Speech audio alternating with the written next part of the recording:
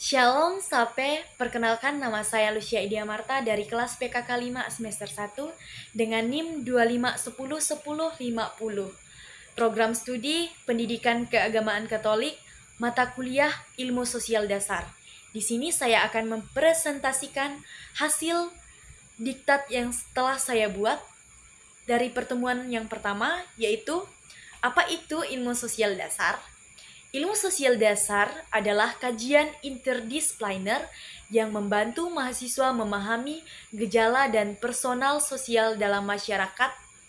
ISD juga memberi dasar pemahaman sosial bagi mahasiswa dari berbagai disiplin ilmu. Tujuan mempelajari ISD yang pertama, menumbuhkan kesadaran sosial, yang kedua, membentuk kepekaan terhadap masalah sosial, yang ketiga, mendorong keterlibatan dalam pembangunan sosial, yang keempat, menjadi dasar pemikiran kritis dan interdisipliner. Mengapa penting bagi mahasiswa Katolik mempelajari ISD? Karena ISD mendorong mahasiswa Katolik untuk menghidupi iman dalam dunia nyata, menjadi anggota transformasi sosial, peduli terhadap keadilan, perdamaian, dan martabat manusia. Pertemuan yang kedua, di sini pendahuluan yang membahas ilmu sosial dasar ISD adalah studi interdisipliner yang membantu memahami manusia dalam kehidupan sosialnya. ISD tidak berdiri sebagai satu cabang ilmu, tetapi mengembangkan konsep sosiologi, antropologi, politik, ekonomi, dan psikologi untuk memberi wawasan sosial yang komprehensif. Bagi mahasiswa pendidikan agama Katolik, ISD bermanfaat untuk membangun pemahaman sosial, empati, kemampuan komunikasi lintas budaya, serta kesiapan pelayanan pastoral.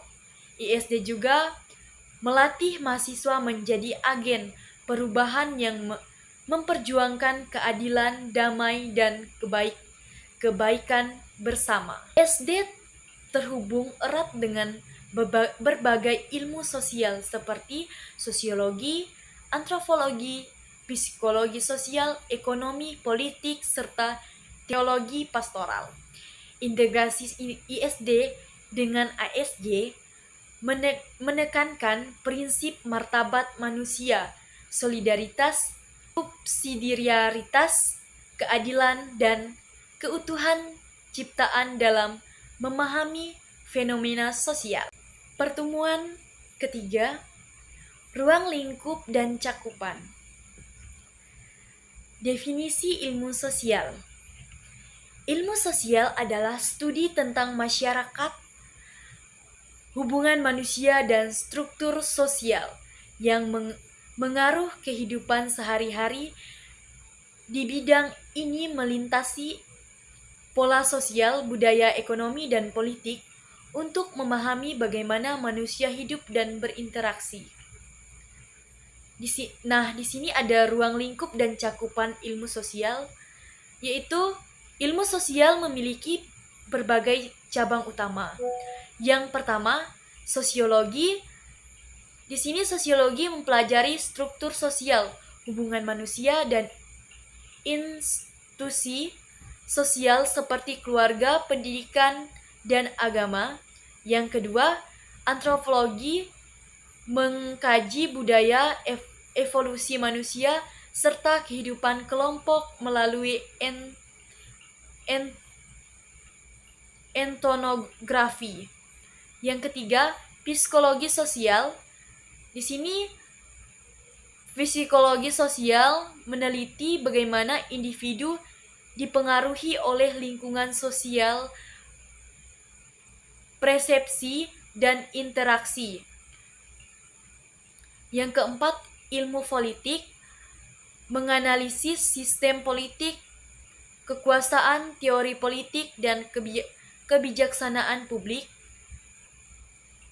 Yang kelima, ekonomi mengkaji cara sumber daya dikelola melalui mikroekonomi, mikroekonomi dan ekonomi pembangunan. Yang keenam, geografi manusia, mempelajari hubungan manusia dengan lingkungan, pola pemukiman, dan dampak pembangunan perubahan hidup. Metode penelitian dalam ilmu sosial, yang pertama, metode kualitatif, yang kedua, metode kuantitatif, yang ketiga, pendekatan campuran, yang keempat, etika penelitian.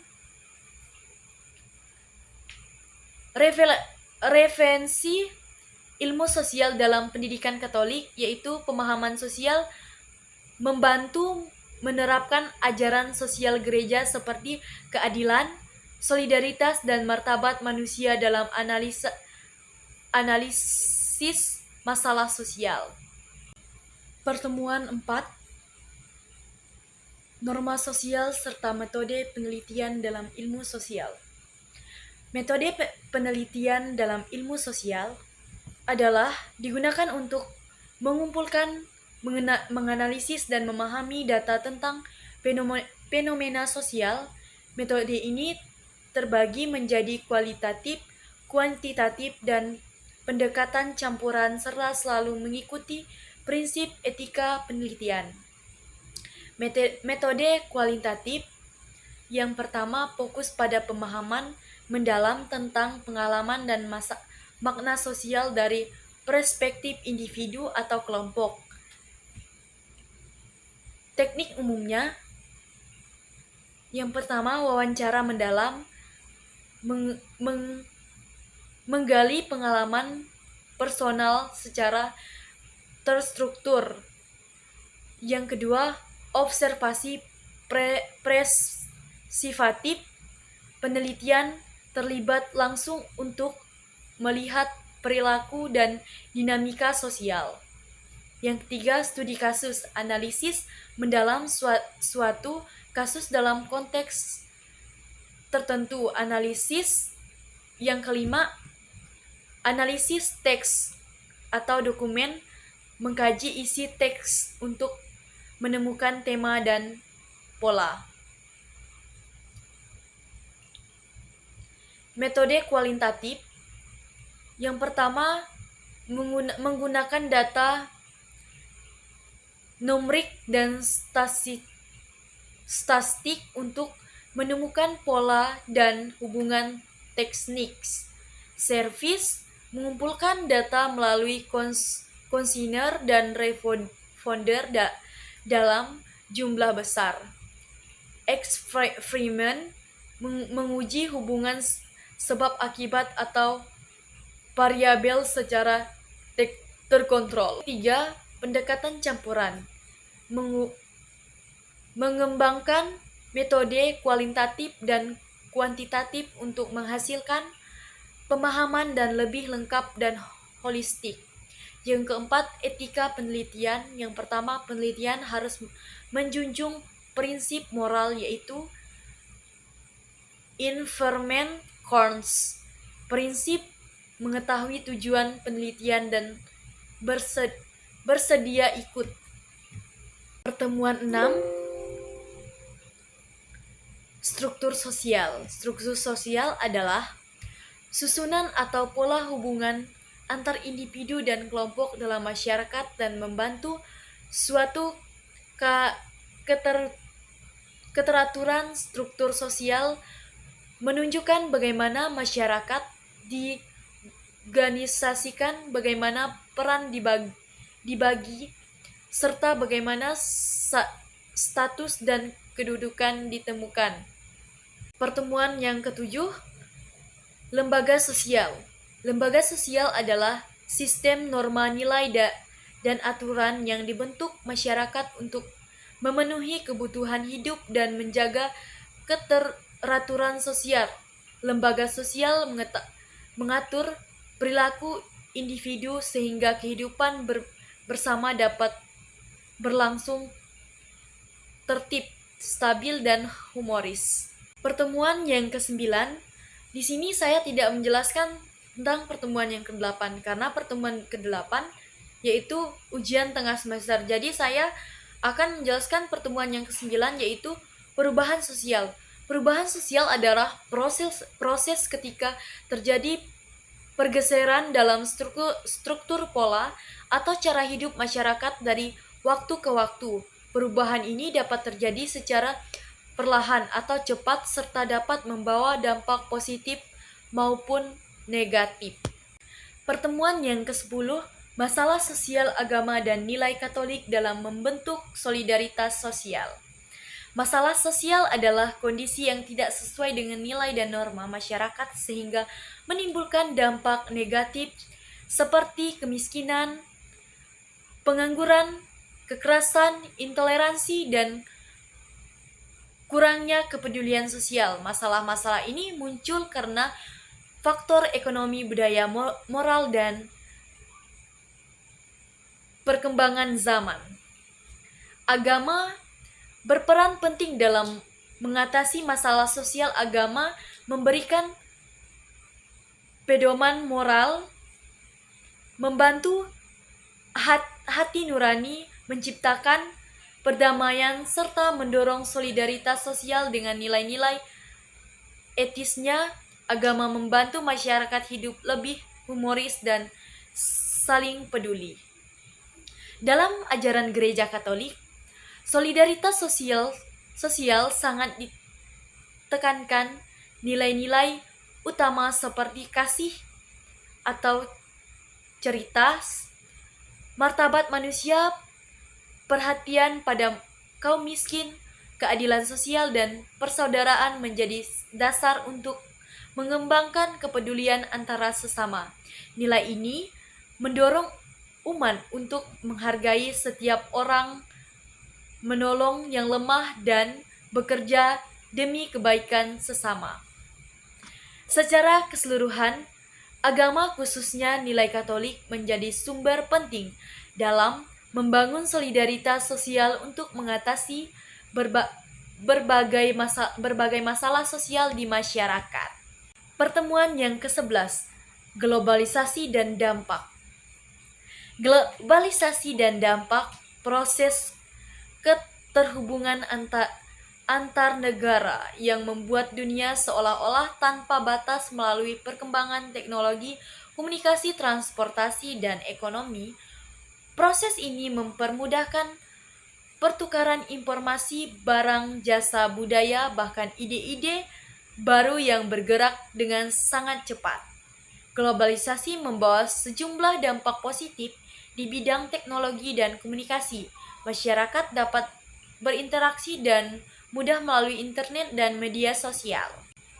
Pertemuan yang ke-12, modernisasi dan perubahan nilai. Modernisasi adalah proses perubahan sosial yang membawa masyarakat menuju kehidupan yang lebih maju melalui perkembangan teknologi, ilmu, pengetahuan, pendidikan, dan sistem ekonomi.